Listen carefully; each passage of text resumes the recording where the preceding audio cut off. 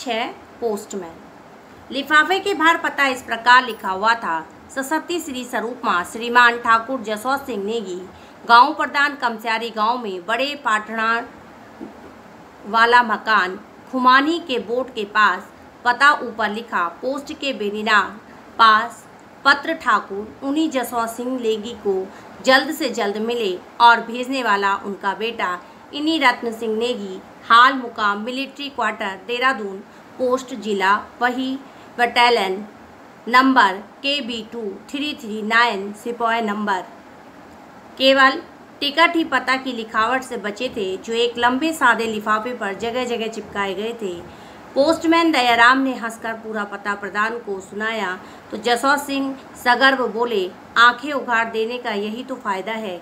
जिद करके बेटे को प्राइमरी तक पढ़ा ही दिया मैंने, नहीं तो रत्ना की माँ कहती थी कि अंगूठा लगने से जब काम चल जाता है तो कौन वक्त और पैसा गवाए।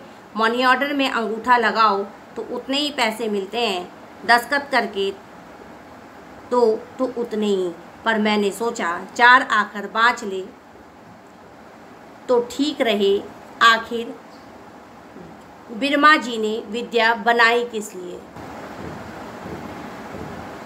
चिट्ठी हाथ में लेते हुए प्रधान ने आवाज़ दी, अरे बहू, पोस्टमैन साहब के लिए दरी तो डाल दे। चाह तंबाकू पिला। फिर दयाराम की ओर मुड़कर बोले, लो पढ़ के सुना दो जरा चिट्ठी। रत्ना घर पर होता तो खुद पढ़ के सुना देता।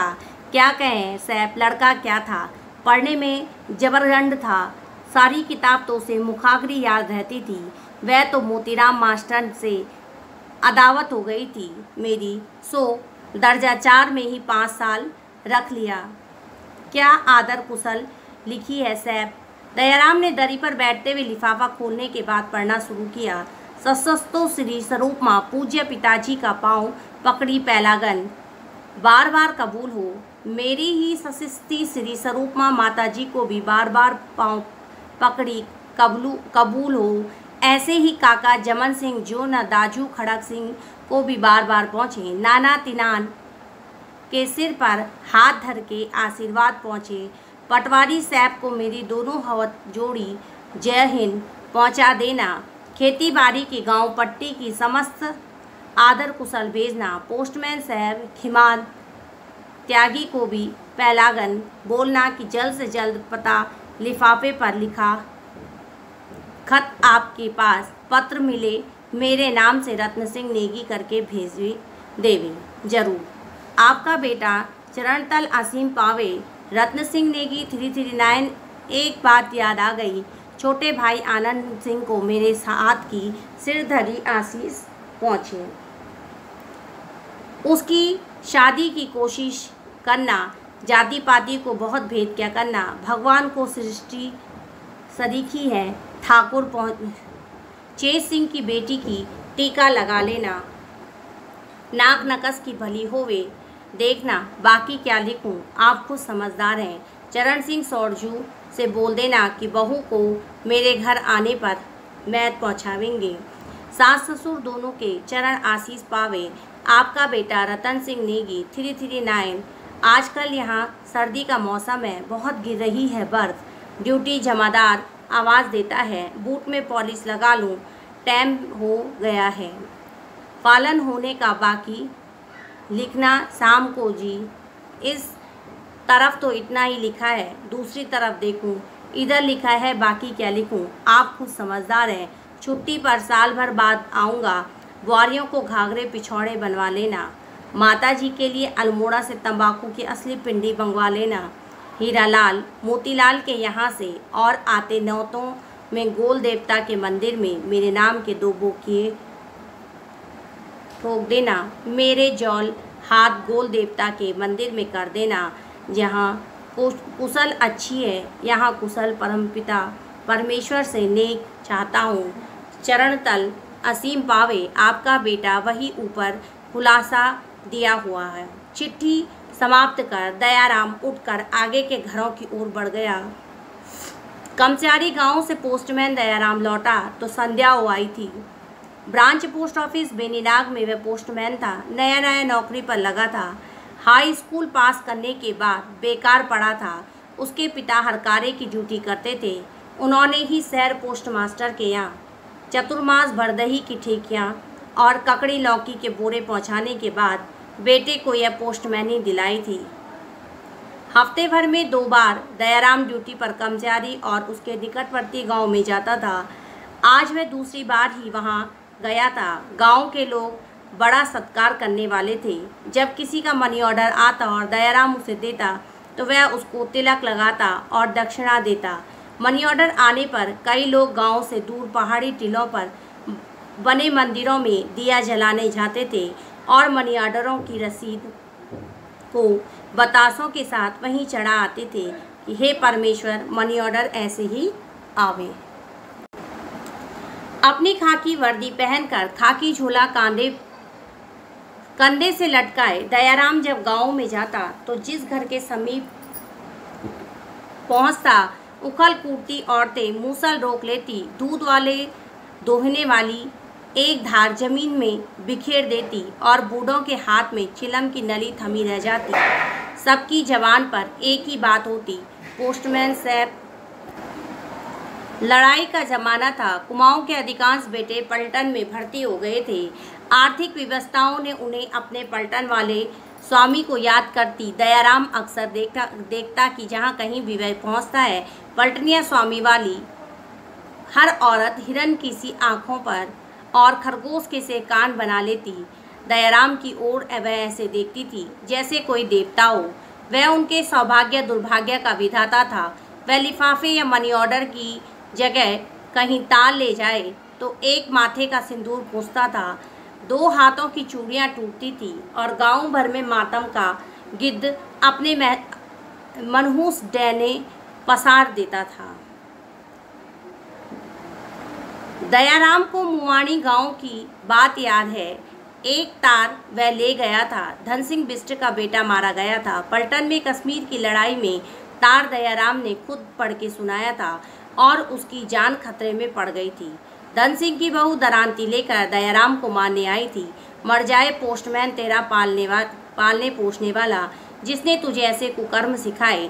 तेरी माँ बहनों के काले चरियों क्या पहले ही टूट चुके कि वह पापी तार मेरे घर वज्र वीराने को लाया। अरे तेरे गोट का बैल गांव का प्रधान मर जावे, मेरे बालकों को अनाथ कर गया तू। तेरी ऊपर होती उम्र को सहारा न मिले, जैसा जौ हिंदी तार तूने मेरे यहाँ पहुँचाया। गोल देवता के थान में बकरे काटूं, जो कोई तेरे घर भी ऐसा तार पहुँचावे।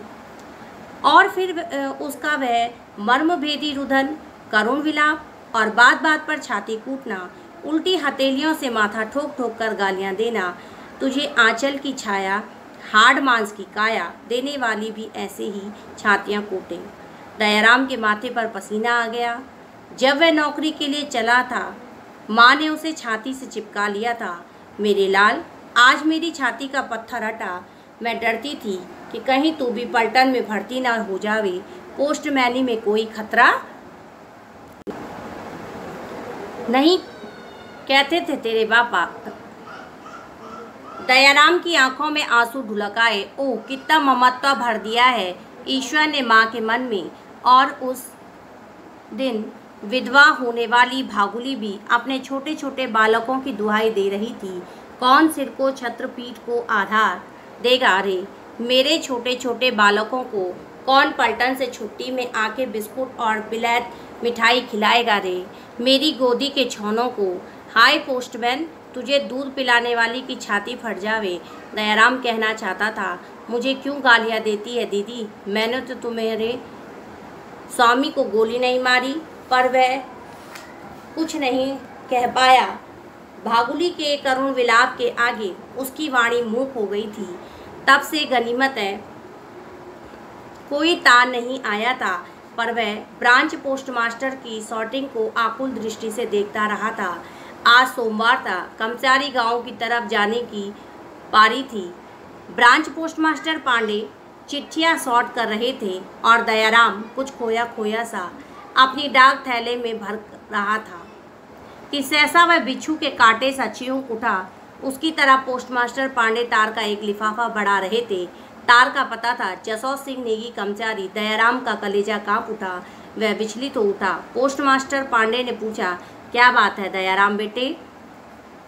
ख्यालीराम पांडे बड़ी उम्र के हो चले थे। दयाराम उनकी इज्जत करता था। वह दयाराम को बेटे की तरह प्यार करते थे।